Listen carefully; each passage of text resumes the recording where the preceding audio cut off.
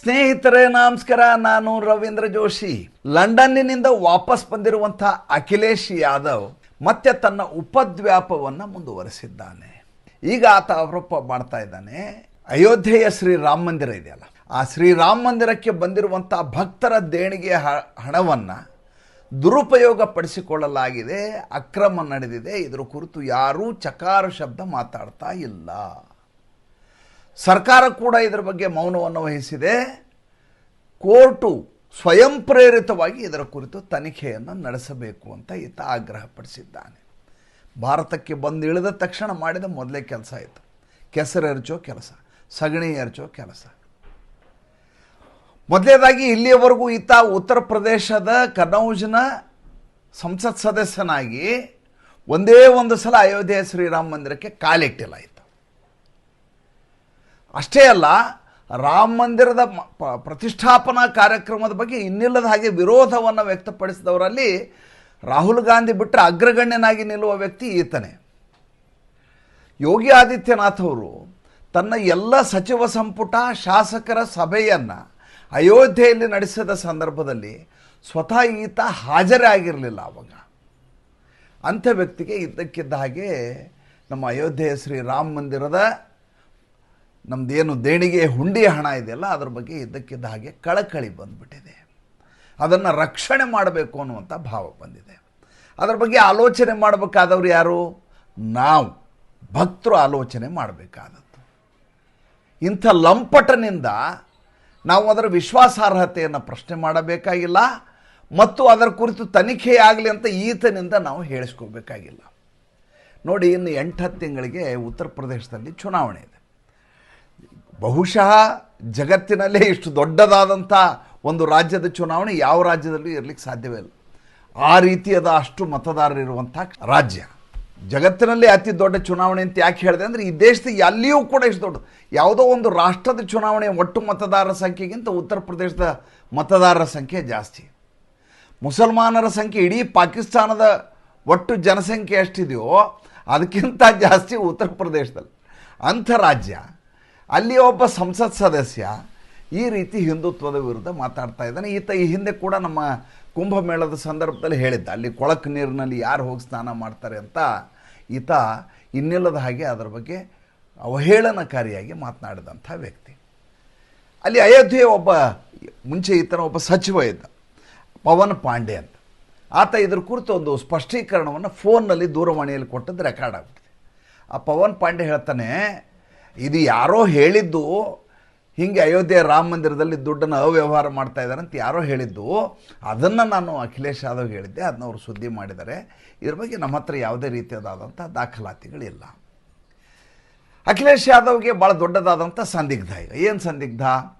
ಮೊದಲನೇದಾಗಿ ಈಗ ಚುನಾವಣೆ ಬಂದ ಸಂದರ್ಭದಲ್ಲಿ ಈತನಿಗೆ ಮುಸಲ್ಮಾನ ವೋಟ್ ಬ್ಯಾಂಕ್ ಅಂತೇನಿತ್ತಲ್ಲ, MY ಕಾಂಬಿನೇಷನ್ ಅಂತ ಹೇಳ್ತಾ ಇದ್ದ.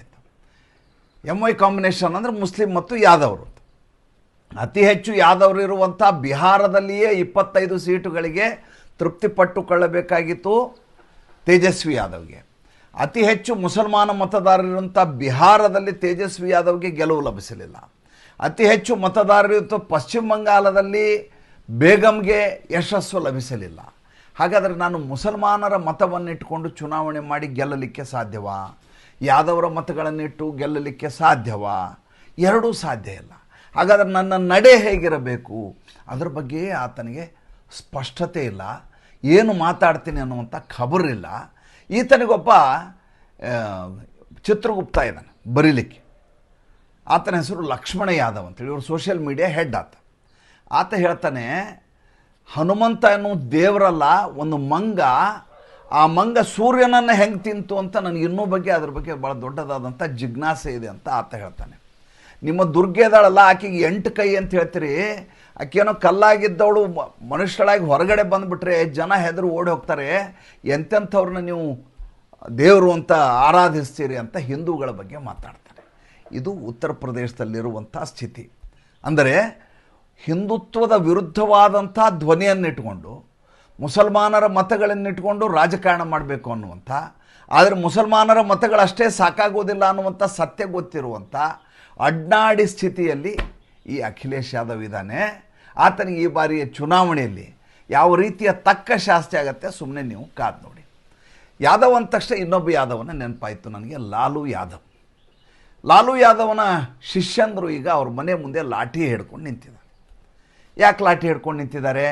ಯಾಕೆ ಅಂದರೆ ಅವ್ರಿಗಿದ್ದಂಥ Z+ ಸೆಕ್ಯೂರಿಟಿಯನ್ನು ಬಿಹಾರದ ಸರ್ಕಾರ ವಿಡ್ರಾ ಮಾಡಿದೆ, ಹಿಂಪಡೆದುಕೊಂಡಿದೆ.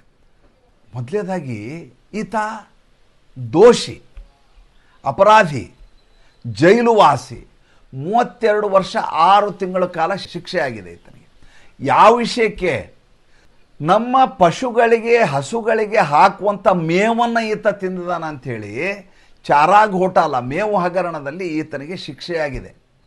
ಈತ ನನಗೆ ಅನಾರೋಗ್ಯ ಅಂತ ಸುಳ್ಳು ಹೇಳ್ಕೊಂಡು ಶಟ್ಲ್ ಬ್ಯಾಡ್ಮಿಂಟನ್ ಆಡಿಕೊಂಡು ಮಟನ್ ಬಿರಿಯಾನಿ ಮಾಡಿಕೊಂಡು ರಾಹುಲ್ ಗಾಂಧಿ ಜೊತೆಗೆ ರ್ಯಾಲಿಗಳನ್ನ ಮಾಡಿಕೊಂಡು ರಾಜಕೀಯ ಮಾತಾಡಿಕೊಂಡು ಹೊರಗಡೆ ಇದ್ದಾನೆ.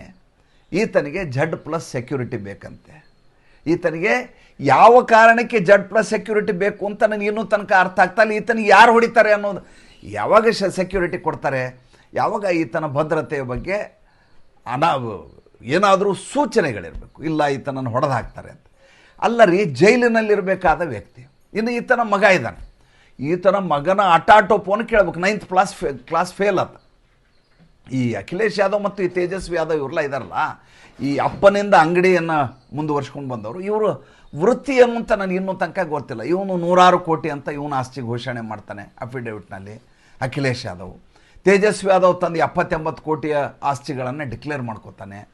ಇವರು ಎಲ್ಲ ಕುಟುಂಬದ ಸದಸ್ಯರು ಪ್ರತಿ ಬಾರಿ ಇವರೆಲ್ಲರೂ ರಾಜಕಾರಣದಲ್ಲಿರೋರು. ಮೈನ್ಪುರಿನಲ್ಲಿ ಈತನ ಪತ್ನಿ ಡಿಂಪಲ್ ಯಾದವ್ ಇದ್ದಾರೆ, ಅಖಿಲೇಶ್ ಯಾದವ್ನ ಪತ್ನಿ. ತೇಜಸ್ವಿ ಯಾದವ್ ಸೋದರ ತೇಜ್ ಪ್ರತಾಪ್ ಯಾದವ್ ಇದ್ದಾನೆ. ಮೀಸಾ ಭಾರತಿ ಸೋದರಿ ಇದ್ದಾರೆ. ಇವರೆಲ್ಲರೂ ಕೂಡ ಯಾವುದೇ ವೃತ್ತಿಯನ್ನು ಮಾಡಿದವರಲ್ಲ, ಆದರೆ ಎಲ್ಲರೂ ಕೋಟ್ಯಾಧಿಪತಿಗಳು. ಏನು ವ್ಯವಹಾರ ಇವ್ರದ್ದು? ಎಲ್ಲಿಂದ ಬಂತು ದುಡ್ಡು?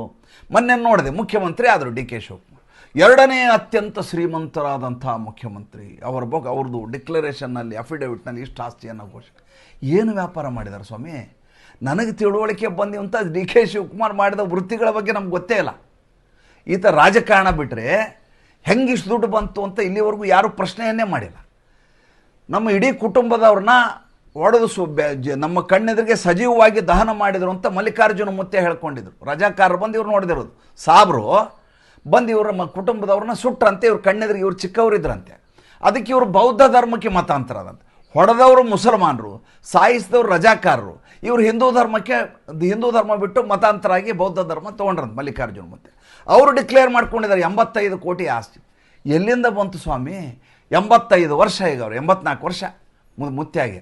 ಇನ್ನು 6 ವರ್ಷಗಳ ಕಾಲ ಈತ ರಾಜ್ಯಸಭಾ ಸದಸ್ಯ ಆಗಿ 91ನೇ ವರ್ಷದವರೆಗೂ ರಾಜ್ಯಸಭಾ ಸದಸ್ಯ. ಎಂಥ ವಿಚಿತ್ರ! ಏನಿದು ರಾಜಕಾರಣ? ಅರ್ಥ ಆಗಲಾರದಂಥ ಸ್ಥಿತಿ. ಈ ಬಿಹಾರದ ಬಗ್ಗೆ ಮಾತಾಡ್ತಾ ಇದೆ. ಬಿಹಾರದಲ್ಲಿ ತೇಜಸ್ವಿ ಯಾದವ್ ಹೇಳ್ತಾನೆ, ನಮಗೆ ಜಂಗಲ್ ರಾಜ್ ಅಂತೀರಿ, ನಾನು ಚಿಕ್ಕವನಿದ್ದೆ. ಆಯ್ತಪ್ಪ, ನೀ ಚಿಕ್ಕವನಿದ್ದಾಗ ಜಂಗಲ್ ರಾಜ್ ಇತ್ತು, ನಿಮ್ಮಪ್ಪ ಮಾಡ್ಕೊಂಡು ಹೋದ್ರು.